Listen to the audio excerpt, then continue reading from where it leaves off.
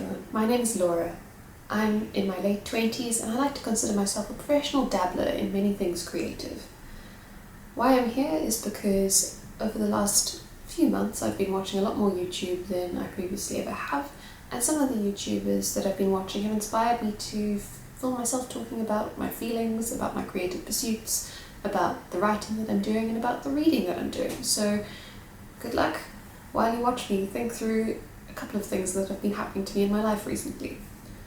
Globally, it's not been a super easy year for anyone, and a lot of the stuff I've been doing in my pandemic escape burrow, aka my very cozy flat, has been things like reading, writing, some cooking, some baking, crafting, mostly crochet or knitting or painting some watercolors because those were the things that I had and I didn't need to go out and brave the world and get new materials, and watching a whole lot more telly than usual. But isn't that kind of the thing? Has anyone actually finished Netflix already, or is that just me? So, filming myself talking about my feelings and about my creative pursuits has been one of my goals for the new year. And I know that setting goals is incredibly easy, but creating and maintaining habits is really, really hard, which is why around New Year's resolution time there are lots and lots of articles about how to set goals that work, and equally many articles about this is why your goals won't work and that's why you will end up sucking the third week of January. So I've thought, by delaying starting talking about my feelings to YouTube via camera until the third week of January, maybe it'll have a better chance of succeeding. Who knows? We'll have to see. Last year from May towards August, I was really good at writing. I built up a really good writing habit. I started using the blog that I'd signed up for in February, and I wrote pretty much every day for nearly 3 months. I wrote not only on the blog, but I also started writing a novel, which was really exciting because probably since I could read, I've wanted to be a writer, and I wanted to write novels, and I wanted to write the same sorts of stories that have captured my imagination and made my heart all warm and expandy and just made the world a better place. So my long-term goal is to write a novel that would make little me proud of big me. It's a bit of a lofty goal, but I'll keep working on it. In parallel to this, today, for the first time in about 4 months, I put on my running leggings and my running shoes and a couple of layers of warm clothing to beat the 5-degree weather outside, and dragged my butt around a 3.5k loop, and it was awful. It was horrible. And while I was running, I was cursing the fact that I no longer attained fitness like I used to when I was 21, when I ran a half marathon of pretty much dancing fitness.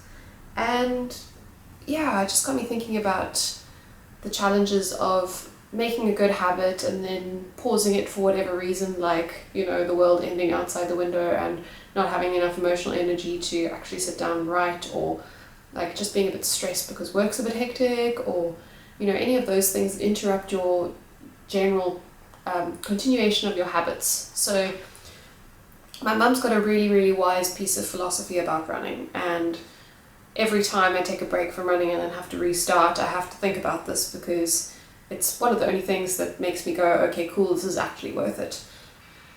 Her advice is the first 7 runs after taking a break of any length are probably not going to be great. You're probably going to have 7 really awful runs, and then it gets easier. So what I'm hoping is, while I'm dragging my butt around that 3.5k loop, which feels very minute and frustrating, and I feel unfit, and I just watch my husband disappearing into the distance because he's got long legs and more residual fitness than me.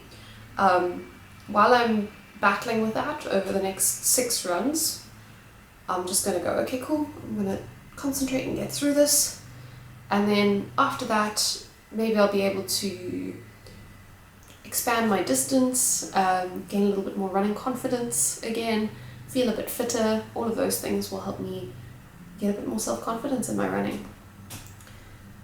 Now, what that's got me doing is it's got me thinking that I could apply the same approach to getting back into writing my novel. Since I took my break towards the end of August, I've really struggled to actually just sit down and write the thing. And part of that is that I reached a point that I didn't really know what was going to happen next, and I'd written an outline because I used to plan lots of novels and then not actually write them. So for this one I took a slightly different approach, and I wrote an outline for most of the novel, but I didn't give very much detail, and then I just sat down and wrote, and I got to 34,000 words without too much trouble, and then it ground to a halt, and now I can't get it started again. And that's really frustrating because I want to just be able to write the thing and I want to be able to get it done. And I'm very happy with the fact that the first draft is going to be a crappy draft. Like, I'm under no illusion that I'm going to give birth to a beautiful shiny first draft, because that's just not how writing works. And some of the YouTubers I follow are authortubers, and that's been really helpful because they've shared the fact that they write a fast first crappy draft and then the words are there, and once you've got something to work with, you can begin the revision process, and you're going to have to rewrite the whole thing a couple of times, and that's okay. I think another thing that kind of broke me a little bit in that is that I bought myself Save the Cat Writes a Novel, and the first chapter of that basically made me realise that my main character's a bit flawed, and now I'm kind of stuck in this weird thing of, I know I'm going to have to radically rework the whole thing, and I'm fine with that, but part of me wants to go back and fix it before I've actually finished word vomiting the story.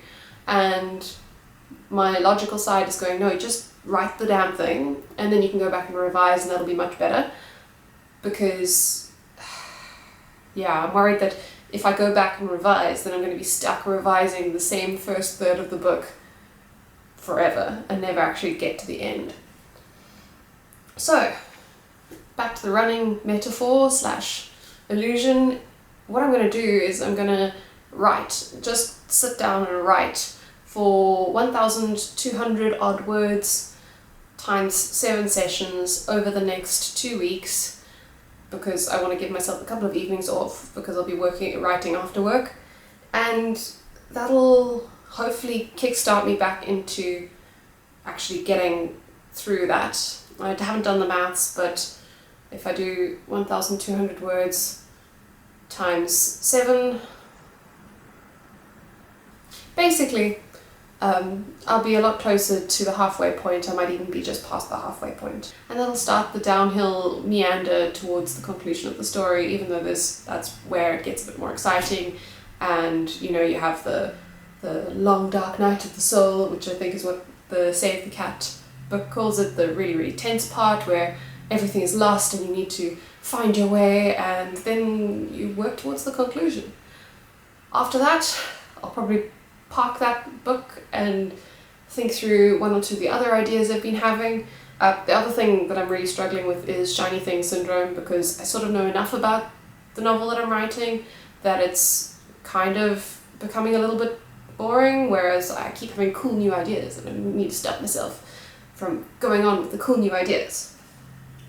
The other thing that I've been doing a lot of over the last 6 to 8 months has been reading, which is fantastic. I did several degrees in literature.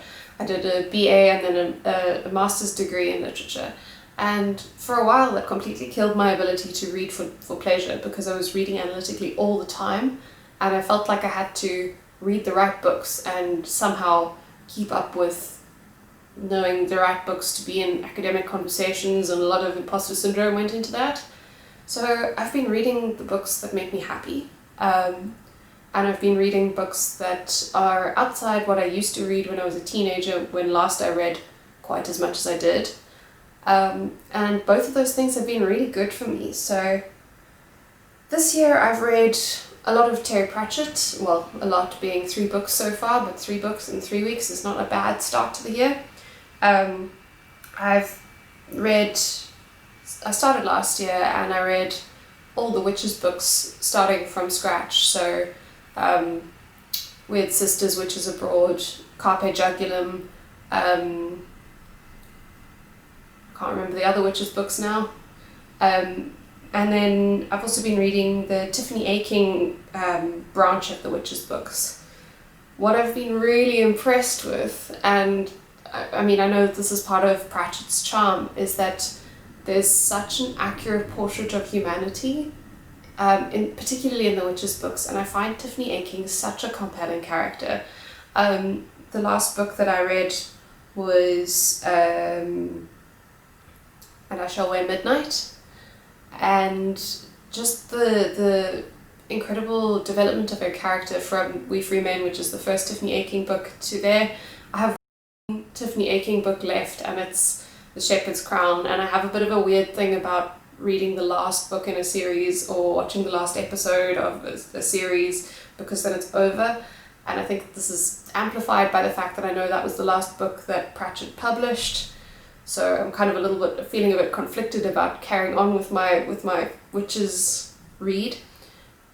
But I've been loving how much she's really got into the frustration of being a servant to her community, and like a lot of the time being a witch isn't doing the magic, it's about going to help an old person who can't reach cut their toenails, or like replace a smelly bandage because nobody else thought to care for that poor person in the community. So that's been really quite inspiring to me, particularly in light of all the nastiness that's going on in the world.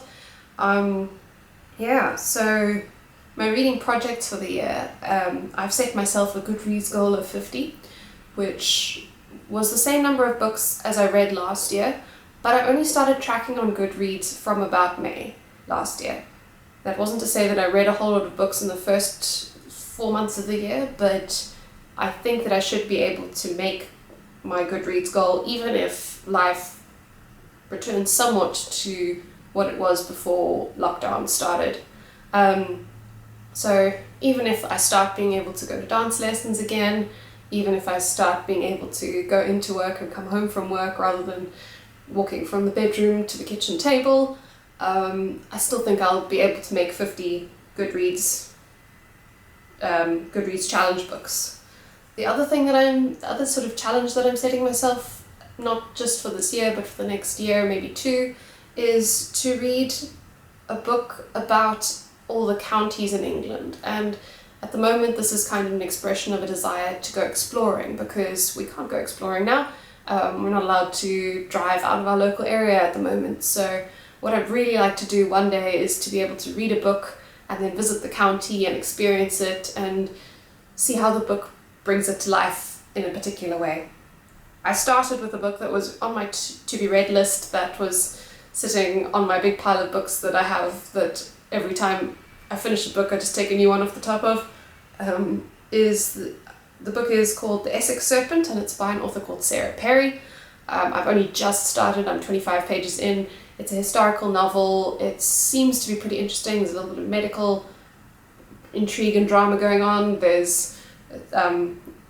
I don't know much about it yet, so I'll give you a review when I've finished reading it. So, what else do you think should be on my Counties of England list? I've got quite a few beloved books from Yorkshire, the James Herriot series, which I did read last year, so I'm not going to be rereading those, but I'd love to hear what other books about Yorkshire you have. I've got the Lake District in the Swallows and Amazons series, also much beloved. I read Swallows and Amazons at the end of last year to kind of just get me over the line to get to 52 books for 2020, so again, don't want to reread something that I've so recently read.